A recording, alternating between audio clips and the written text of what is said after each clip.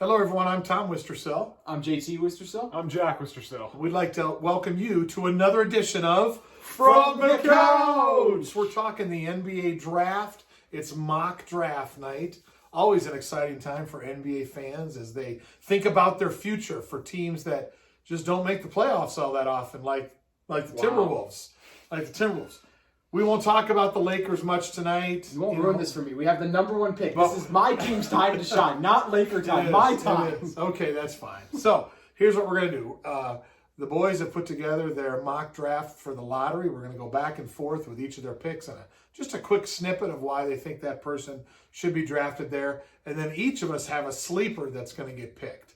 That should, be picked either late in the first round, maybe a second round pick that we think will end up being a good player. And there'll be some surprises there. So we'll save that for the end. But we're going to start with the first pick of the draft, the number one draft pick for the Minnesota Timberwolves. We're starting with their super fan here in Utah, yes, JT Wistrcill. When you pick number one overall, you take the best player in the draft. And the best player in this draft will be Anthony Edwards, the 6'5" shooting guard out of Georgia. He is a threat to score from all three levels. I love his build already. He's a strong, explosive athlete. I also think, I know he's not the best defender. I think he's got the tools to be a good defender. I like his mentality. I think he wants to be great. I think he's got some dog in him. He's got the Dwayne Wade influence there from Tom Green as well. So I'm a huge Anthony Edwards believer. Like I said, for the shot creation, makeability, especially those tough shots. I think he's going to be a really good player at the next level. So I'm all in on Anthony Edwards, and will actually be disappointed if it's anyone else. Not so fast, JT. Oh, okay, Corso. The Timberwolves here are going LaMelo Ball. No. From Australia, played older brother Lonzo in the NBA. He will put on a show for them. I don't think he's the best player in this draft, but it's so hard to not pick him with the potential he has. He's an amazing passer, a great scorer. Even though his defense is questionable still, he could end up being the best player in this draft. It would not be that surprising. Mm-hmm. All right, well, that'll be interesting to see. For a while, I thought it was going to be Wiseman. I really did. But now Ball is certainly gaining the most attention. I'll be shocked if it's not Ball, but we'll see what happens. It'll be fun just to see what happens. And just a reminder, we're not doing trades tonight. Yeah. There could be trades. As if you watch Jack, the last thing, he thinks everybody's trading every trade. But we're not doing those tonight. So, all right, with the second pick, the Golden State Warriors. Tankopotamus. Yeah. And guys injured kind of anyway. They're the number two pick. Jack, who are they taking? The Warriors here are going James Wiseman. With the Lakers out there, Anthony Davis, you got Jokic for the Nuggets. There's big guys out there you need to guard, and small ball lineup is going to work to a point. But James Wiseman's a versatile player. He might be the best rim protector in this draft. He is an actual pretty good mid-range shot. He's an elite rebounder. And he's going to work on his four-man game. Even if they want to put Draymond Green guarding a 5, he can be long, lengthy, guard a 4. And he'd be a matchup nightmare for anyone with the Warriors. Okay. What do you got, JT? The Warriors want to trade this pick. They desperately want to trade it for a veteran player. But if they stay, I agree with him. It's definitely Wiseman. That 7'5" wingspan will be helpful on the defensive end. Lob threat and a really good rim protector, as Jack highlighted. I think he'll be a really good player. I do. I don't like him for my Timberwolves, as I mentioned, but I do think he's special. He probably would have been the best overall player had he played a full college season, and we really got a chance to evaluate him. I think he's got some potential off the dribble a little bit to create for himself. Not the best passer, but to be able to make some move by some of those bigger centers. So I am a fan of Wiseman, and I think he'd be good in Golden State. James Wiseman will be the best player in this NBA draft. We'll see. All right, number 3, we're going the Charlotte Hornets. JT, you're up. There's a consensus top 3 in this draft. It's Wiseman, Edwards, and LaMelo Ball. The Hornets are not selecting LaMelo Ball, though. Michael Jordan does not like the vibe he gets from LaMelo Ball, the Ball family. I'm not high on Ball personally. He scares me. The immaturity, the shot selection, that stuff. I just think if he gets in losing culture, could go south. Also think the Hornets are really good trade options they might go for is Russell Westbrook. So I have him selecting Onyeka Okongwu, the 6'9" center out of USC, who I actually think he's the best rim protector in this draft. I think he's a good lob threat. He's a traditional center. He's not a shooter at all, but I think he's really athletic. He can defend in space all right, but you bring him in there for what he can do in the post on both ends of the ball. All right. What do you got, Jack? The Hornets are sitting at 3, and they're wondering how Anthony Edwards just dropped to them in this draft. And they're thinking we just got the best player in the draft. This is going to be the best player in the NBA at one point. They're thinking if they get Anthony Edwards. And athletic, he's the best scorer in the draft. His effort's great. His defense is all right, but the Hornets have a lot of great young defenders. I mean, if they get Anthony Edwards, it's a dream come true for the Hornets. All right. I tend to agree with that. That'll be interesting to see. There is a clear number 3, except for JT. He's not going with the clear number 3. So We're at number 4, the Chicago Bulls. Jack, you're up. Chicago Bulls are going Obi Toppin. Just want to make sure I get the name right. He's a great scorer. I mean, he filled it up at the college level. I mean, he played Kansas in the Battle for Atlantis. Michigan State was there. I mean, he dominated there. He puts on a show every time he's on the court. Dunks, three-pointers. I mean, this is also the best athlete in the draft, in my opinion. I mean, his effort and defense is very questionable, I've heard, but he's also a veteran compared to most of the guys here. I mean, he has college experience, but most of the year's top 10 draft picks have won at most.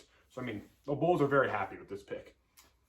Super athlete, and I think he was National Player of the Year last year, right? So Yes. pretty impressive. Who you got the Bulls taking? Well, in mine, the Bulls are ecstatic that LaMelo Ball has fallen to them, and they take him. The Kobe White, Zach LaVine backcourt is not going to get done long term. I do think LaMelo can come in there, and what is LaMelo great at? Passing the ball, creating for other guys. That's his best trait. He's the best in the draft at it by far. Lauri Markkanen, Wendell Carter, one of Zach LaVine, Kobe White will greatly benefit from him coming in there. He also has really good instincts, and I still think he'll be a really good player in the right situation. I think he fits well in Chicago, where he can run the show and get it out to his stars. He brings a star factor. Like I said, he just scares me because some of those other factors I mentioned, the immaturity and stuff like that. But I think LaMelo in Chicago would be a lot of fun. Okay. All right. We're going just a little east of Chicago to the Cleveland Cavaliers. JT, you're up first with the 5th pick. Who the Cavs take? This is where I take Obi Toppin. I'm a huge fan of him, 6'9" forward, like you mentioned, out of Dayton. He is so explosive and athletic, especially in transition. Very good at taking advantage of mismatches in the paint. He played 5 a ton for Dayton last year. Really good pick and pop guy as well. So is he the best defender? No, but I think he's really good on offense. His game is the most NBA ready, I think. He's going to come in right away. And a lot of people are saying he's a really good bet for Rookie of the Year. So I think he slides in there well next to Sexton and Garland at that 4 spot. He's tailor-made to play the 4 to even a small ball 5 in the NBA. So I'm a big Obi Toppin fan. Okay. Jack, The you Cavs got the here Cavs are taking. taking Onyeka Okongwu, USC big man. This is a post rebounder. This is Tristan Thompson, but younger and a better scorer. And it's finally time for the Cavs to move on from Tristan Thompson. Well, they'd be ecstatic to have him. His jump shot is flat out broke. And in today's league, it's hard to have a 5 who can't shoot it, but he'd be a rookie. It's a lot of time to develop that shot. And with him, Garland, and Sexton, that's a good, solid foundation of 3 players you can want. We could see a playoff push, not this year, but in a couple years. Okay. Good. Look forward to seeing what the Cavs do there. So, all right, number 6, the Atlanta Hawks. Jack. They're going Tyrese Halliburton from Iowa State. Great defender, great leader. Something they don't have at point guard. Trae Young's not a good defender, and he's an average leader. Tyrese Halliburton can bring all that in. The only problem with him is that you know what you're going to get with him. There's nothing special coming from Halliburton. He's going to come in there, do what he does, but it's a perfect pick for the Hawks, so it can help them make the playoffs, I truly think, next year with him. Is that a good fit him and Trey playing together? He's not ball dominant. Let me answer that for you because I also have Tyrese. You have Halliburton. Tyrese, Wow. okay. I really. What do you got? First of all, number 1 trade for Drew Holiday for me. This pick, I really like that. We're pick. not talking Trey. But I just want to throw in Drew Holiday. I just Okay. want to throw it in there. You mentioned almost everything you like about Halliburton. He's a secondary ball handler, can take some of that load that Trae Young has to shoulder. I also think he is capable of shooting off the ball, can handle it and bring it up, and can take on the defensive assignment in the backcourt, because I believe Trae Young might be the worst defender in the NBA. So getting a guy like Halliburton in there, not an elite prospect, but elite leadership as well, can help kind of change and make that a winning team and organization. So I like Halliburton there too. Okay. All right, we're heading up to Detroit for the number 7 pick. JT, you're up. One of my favorite prospects, Deni Avdija, the 6'9" forward out of Israel. He has a little bit of Jokic in his game in terms of how gifted he is as a passer in a bigger forward spot. Yes, Jokic is a center, but I really believe you can run your offense through this guy. I think you give him the ball, you let some of the other talented players, unfortunately Detroit lacks on the other talented players' part, but I really think he can help get guys great looks, really smart IQ, competitive, hustles really hard out there. Guys are going to fall in love with him. Fans will instantly when he joins their team. So I'm a big Deni Avdija fan for the ability to create for other guys. All right. I think he's a wizard with the ball. I also have Denny going here. I think that the Pistons are known for one thing, and that's a dog mentality. Hustle hard. The bad boys, that's how they won their championship. This is the exact mentality this guy's bringing in. The toughness isn't quite there. International players usually struggle with that. But him coming over, bringing that type of hustle to their team can change a team. Just like that. And the Pistons need a lot more help than just him, but that's a good step in the right direction. Okay, we'll see what Detroit does. So, up to the New York dumpster fire? Oh, the Knicks. What are the Knicks going to do? Jack, you're up. Talk about the Knickerbockers. There's probably about 5 to 10 players, I think, more reliable than Killian Hayes, who the Knicks are going to draft. but they need someone to change their franchise around, and this is an unpredictable player that can do it. He can shoot, he can score, and if you watch his highlights, everyone says the same thing. I see some James Harden in him. I mean, this is an elite scorer. The Knicks are going to draft him here because they need that type of scoring. They just need something to bring back Knicks basketball.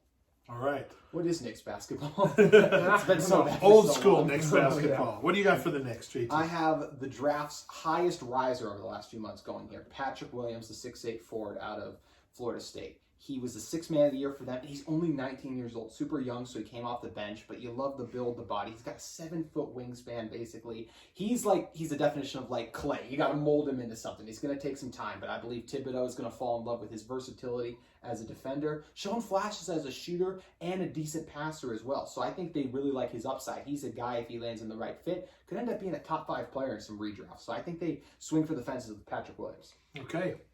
All right. We are off to Washington, the capital, for the Wizards. So, JT, you're up. The Washington Wizards. Isaac Okoro out of Auburn. I really like his defensive potential. I was really high on DeAndre Hunter last year. I think he's a little worse than DeAndre Hunter, mostly on the offensive end. Offensively, it doesn't bring you much. Really good in transition and as a cutter, but he's not a very good shooter. That's the part you got to develop. But defensively, all defensive potential. Can guard 1 through 4 at 6'6" with 6'9" wingspan. I really like Okoro. I think he slides in perfectly to Washington. And I think he's just the piece they need to get them back in that playoff hunt with John Wall coming back. So I like Okoro's defense, and that's why he's a top 10 pick for me. Have to agree with you here. Okoro's going to the Wizards. John Wall, Bradley Beal, amazing scorers. They don't need someone to come in and take shots. Those two are going to take most of the shots. But Isaac Okoro brings a defensive mentality that can really help them take their team to the next level. And I think with Isaac Okoro, we're seeing that Isaac Okoro making a difference from them, going from a non-playoff team to a playoff team just like that. Amazing athleticism, and man, he can fly. If they can stay healthy with their guards, add a piece like that, then maybe they can make the playoffs. So there's some opportunities there. All right, we're off to Phoenix. The Phoenix Suns, the number 10 pick. Jack, you're up. The Phoenix Suns are going Devin Vassell from Florida State. This is a great shooter, even though there was a video released a couple days ago about his jump shot, and it looked pretty broke. If you watch his college videos, though, it's a great shot. He was known as the best on-ball defender in college basketball last year, listed by many people.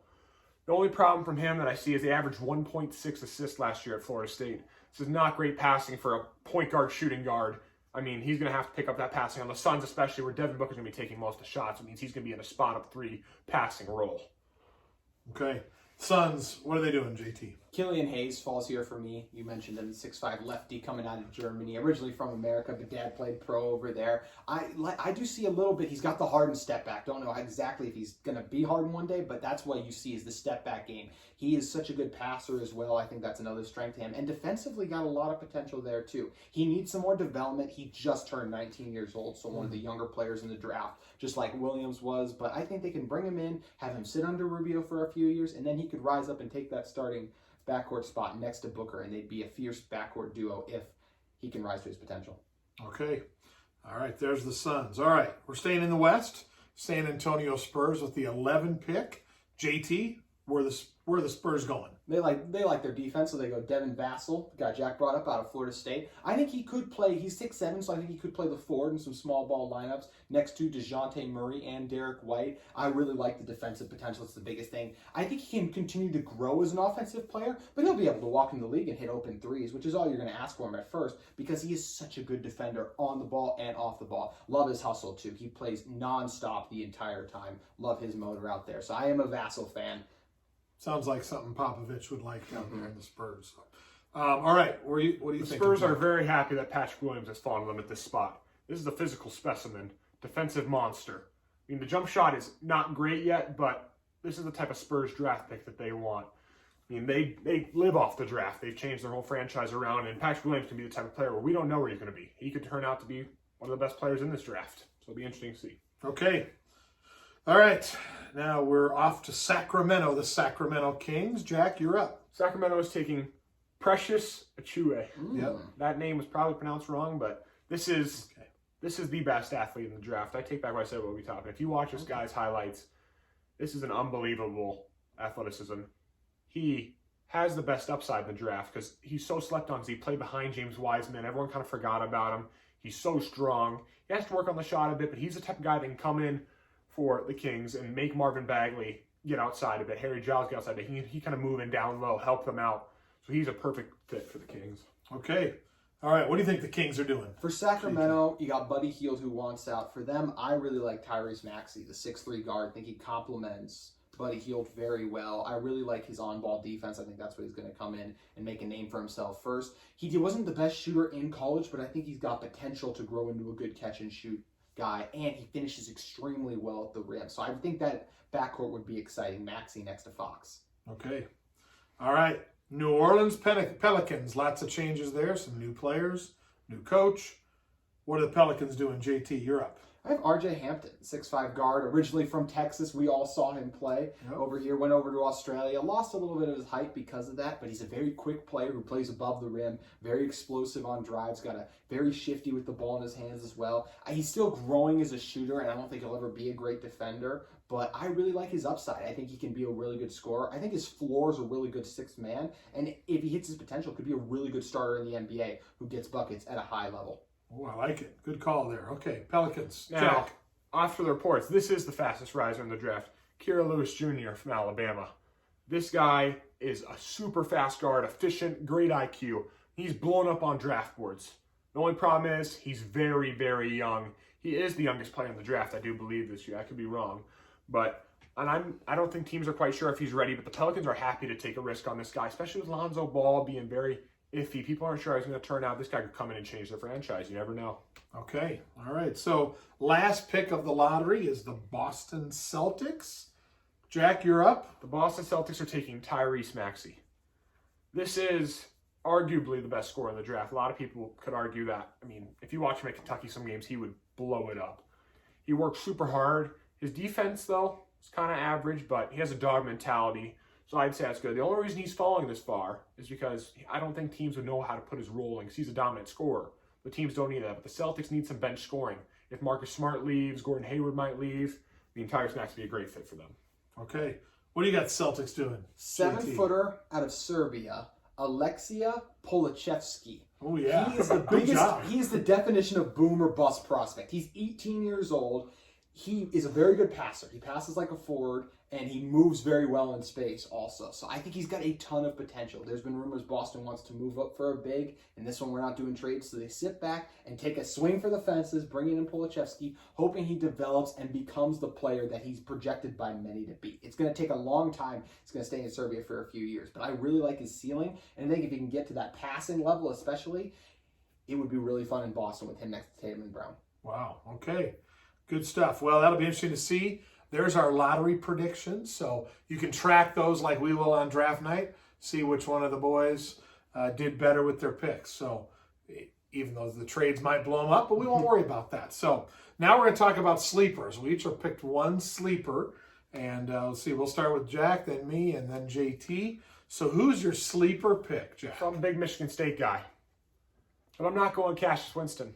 Xavier Tillman is the most slept-on player in the draft. This is a small ball five, NBA team's dream. He can shoot it from outside. He can guard in space. He can run the floor. He can dunk. And Michigan State has their bigs running. He runs.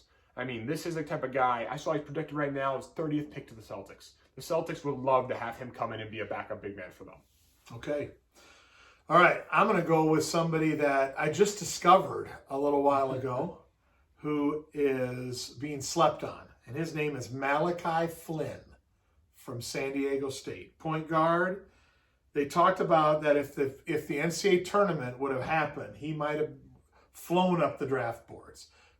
Really quick, 6'1", 185, great ball handler, very good shooter, great defender, really tough, crafty, and that was a 38% three-point shooter, which is great, but it's decent, good enough, because he's athletic enough, got deep range. He made 34 threes beyond 25 feet. So that's not bad right there. 3.2 steals per game. And they love his metrics, it says here. So he led the nation in win shares. What does that mean?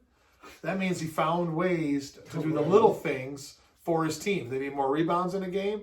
They needed more assists. They needed scoring. He found ways to do it. Malachi Flynn. He's a fringe first rounder, but a few years from now, he could be a household name. So that's where we're at. Okay, JT, who's your sleeper? I watched this guy earlier this year, and I thought he would be a first-round pick guaranteed. And now it's been almost a year since I watched this guy play, but everyone's fallen off on him, and you don't hear his name get mentioned in the first round. I think it's a travesty. Daniel Oturu out of Minnesota, the 6'9" center. I forgot he was in the draft, honestly, because of how little coverage this guy gets. But I really like his game. He's a little bit of a throwback big, very physical on the interior, very good rim protector, was all defense in the Big Ten, and has nice touch in the post, could score well in there. But he does have a little bit of today's game in him in terms of he's a very good shooter from the outside. So that's why I think teams will like him. He'll fall because he's not the best mobile guy in space, and he needs to work on his passing and decision making. If he was to get doubled in the post, it could lead to a turnover early in the NBA. But maybe a small project, but in a few years, I think could be the starting center on a very good team and will be redrafted into at least the 20s in future redrafts. I really like Oturu. All right. Well, that's cool. Well, that was fun to go through the draft, and it's in less than a week, so we'll have lots of answers, more questions. We'll do a post-draft recap, of course, and give some grades out to some of the teams. So that's great. Well, thanks for joining us here on another edition of From the Couch. We'll see you next time.